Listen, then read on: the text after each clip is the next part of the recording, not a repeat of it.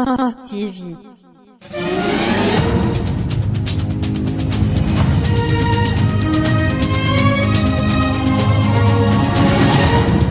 France TV. Éléphant Soudan, ballon infini, penalty à Yaoundé, même s'il n'y avait pas gardien, ça n'allait pas rentrer, il était écrit, qu'on ira en Allemagne, à moins, ne m'en voulez pas pour cette introduction tirée des cheveux, tirée de partout. Les Ivoiriens se rappelleront à vie. Les Camerounais se rappelleront à vie. Éliminatoire du mondial 2006, le chemin de la qualification des éléphants de Côte d'Ivoire et de l'élimination du Cameroun. On était dans la même poule dans les années 2005. On était encore petits, mais on a tout vu dedans. Voilà, et bientôt, il y a le mondial 2022 qui se tiendra au Qatar. Une fois de plus, je ne sais pas comment ils ont tiré les mouvements, tiré.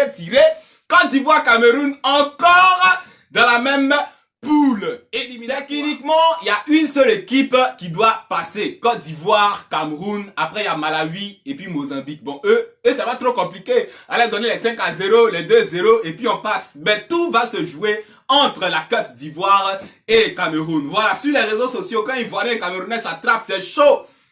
Ils vont vouloir se venger relativement à ce qui s'est passé en 2005-2006, mais ça va se savoir. Force aux éléphants de Côte d'Ivoire, Ivoiriens toujours. On continue. France TV. On poursuit maintenant avec l'une des valeurs sûres, très sûres, hyper sûres de la musique ivoirienne, de la culture ivoirienne. Comme on le dit, en Zouglou, ça réussit toujours. Et le Zouglou célébrera ses 30 ans de carrière dans quelques jours seulement. J'ai eu peur il y a quelques jours, parce que pour la première fois, on a vu clash entre les Zougloumen, Pat Sako qui faisait des déclarations comme quoi les gens, ils aiment le désordre, mais quoi qu'il arrive, on va organiser les 30 ans. Un peu comme s'il y a des gens qui voulaient pas, ou chacun voulait faire ça de son côté. C'était un peu mélangé, il y a des doigts même qui ont fait des vidéos pour s'exprimer, trop de choses. Et tout récemment, on a pu voir des photos d'Assalfo avec Pat Sako, des photos d'Assalfo avec ceci, cela, parce que quand même, hein, Assalfo, c'est pas le créateur du mouvement, mais il est très bien positionné. Et il se trouve que le Zouglou célébrera bien et belle ses 30 ans, malgré les clashs, malgré les bruits, les tralala, le 1er février 2019. Alors, si vous n'êtes pas ivoirien, que vous ne connaissez pas trop le Zouglou, c'est un système, c'est un concept qui est né au début des années 90 avec les étudiants et tout. C'est un peu comme le rap, c'est une musique de revendication, même si aujourd'hui, le Zouglou a pris une autre tournure. Bien avant le coupé décalé, franchement, c'est l'origine même, c'est la base même, c'est le mouvement même de la Côte d'Ivoire. Et aujourd'hui, ça me met la joie au cœur de voir qu'ils se sont entendus, ils se sont parlé, petit Yodé et Siro ont commencé à faire des déclarations sur leur passé, montrant leur enthousiasme de célébrer les 30 ans de carrière du Zouglou. Et le 1er février, ça va se savoir, je viens de voir une publication de Molière. En tout cas, on commence à faire des publications, il y aura beaucoup d'artistes et trop de choses. La crème de chez la crème du Zouglou, ça va se savoir. Donc, rendez-vous est pris pour le 1er février 2019. On va célébrer la culture ivoirienne, on va célébrer le Zouglou, Côte d'Ivoire toujours, on continue. France TV. On poursuit maintenant avec DJ Arafat, Yorobo Biris Samar Taishinkan, le roi du coupé décalé numéro 1. Ah, du coupé décalé. Franchement, ça me fait beaucoup de peine parce qu'à l'époque, quand je parlais d'Arafat au présent de l'indicatif, c'est un peu comme si je m'adressais directement à lui-même parce que j'étais conscient qu'il regardait toutes mes vidéos. Je me rappelle encore du moment où je lui disais « Ah le vieux, on dit pas plagiat, on dit plagiat. Ah le vieux, on sait que dans coupé décalé, tu as totofié toutes les mousseaux, mais faut pas venir exposer. Ah le vieux, ton bar tu as fait là, tu as encore pris tes amis qui avaient fait tomber ta Yorogang, le maquis Yorogang que tu avais fait pour recréer encore Hypnotique, ils vont te faire tomber. » Enfin, je m'adressais directement à lui parce que il me regardait, mais maintenant...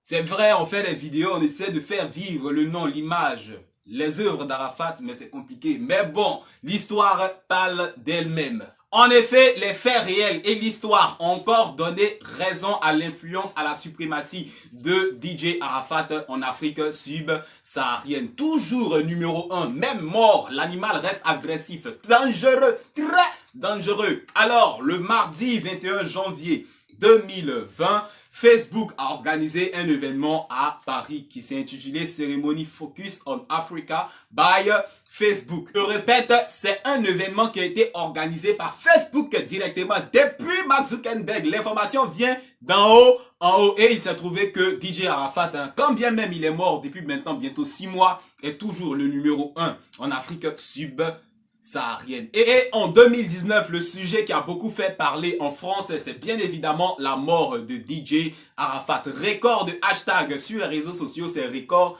hashtag repose en paix DJ Arafat. Franchement, Arafat est mort, mais il reste une légende. Il nous avait dit, écoutez un peu. Ne vous amusez pas avec Influamento. Il n'y a plus l'homme, il n'y aura jamais l'homme pour moi. Merci. TV. Depuis ta position, merci le vieux pour tout ce que tu as apporté à la musique ivoirienne, à la musique mondiale même en général, et trop de choses. On continue. TV. On poursuit maintenant avec Fally Ipupa, Dicap, la merveille, el maravilloso, el maravilla, el rireror, el pipe de oro, el pitichi, el campion de mono, el matador, el cantador, 3 fois Hustler, King Hustler, qui, comme vous le savez, sera bientôt en concert live à l'Accor Arena de Paris au mois de février 2020. Et juste après le 29 février, il sera à Londres pour un autre concert. Donc, Accor Arena de Paris le 20 février 2020. Et concert à Londres, une grande salle aussi, le 29. Et il répétait.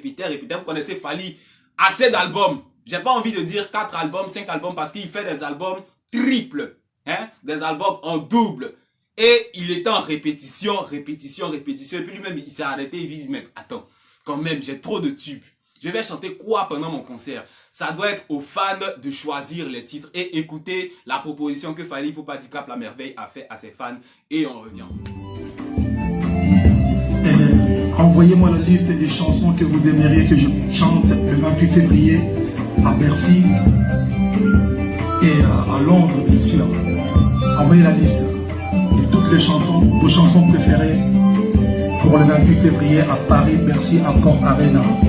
Facilitez-moi la tâche, s'il vous plaît. Encore trop de tubes. Et dites, mec, I'm sorry. Voilà, Netina Film, il a trop de tubes.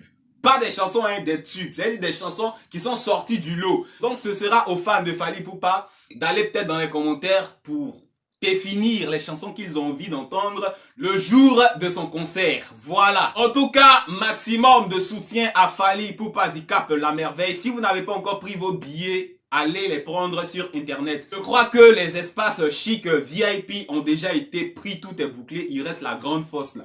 Donc allez prendre vos billets pour soutenir Fally à Paris le 20 avril. Voilà. Et puis ceux qui sont du côté de Londres aussi, manifestez-vous. C'est la musique congolaise qui gagne, c'est la musique africaine, la culture africaine qui gagne et trop de choses. On continue. TV. On poursuit maintenant avec l'une des valeurs sûres de la musique traditionnelle, la musique du terroir de la Côte d'Ivoire, Alla Thérèse, qui nous a quittés malheureusement il y a quelques jours tard. Dans la nuit, on a vu le président de la Côte d'Ivoire faire une déclaration, montrer sa compassion à l'endroit de la famille et de l'artiste. Et tout récemment, je crois que son fils lui-même s'est directement exprimé. Pour lui, c'est parce que Alla Thérèse avait perdu son mari d'abord.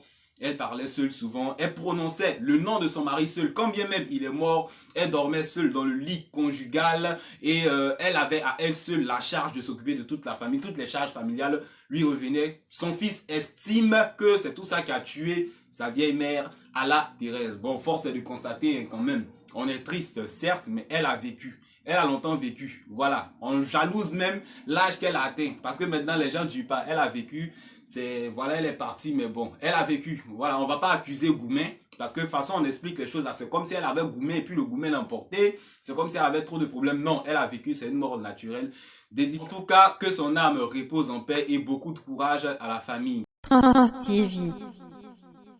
On termine ce journal maintenant en sport football avec l'international ivoirien Wilfried Zaha. Voilà, vous connaissez ce qui se passe avec Zaha à Crystal Palace. Tantôt il veut partir, tantôt le club le retient. On s'attendait à un transfert hivernal, mais le footballeur a annoncé lui-même qu'il n'a pas envie de bouger. Il préfère attendre le mercato d'été. Frank Lampard qui le voulait à Chelsea est découragé. José Mourinho qui le voulait à Tottenham est découragé. Les deux se regardent, c'est bizarre. Zaha a décidé de rester à Crystal Palace pourvu que de maintenant au mercato estival, sa valeur sur le marché des transferts ne diminue pas. Et on attend de voir la suite de cette affaire où il sera transféré tôt ou tard. C'est terminé pour cette édition. Merci à tous ceux qui nous ont suivis jusqu'à la fin. À bientôt sur notre chaîne pour de nouvelles éditions. Au revoir.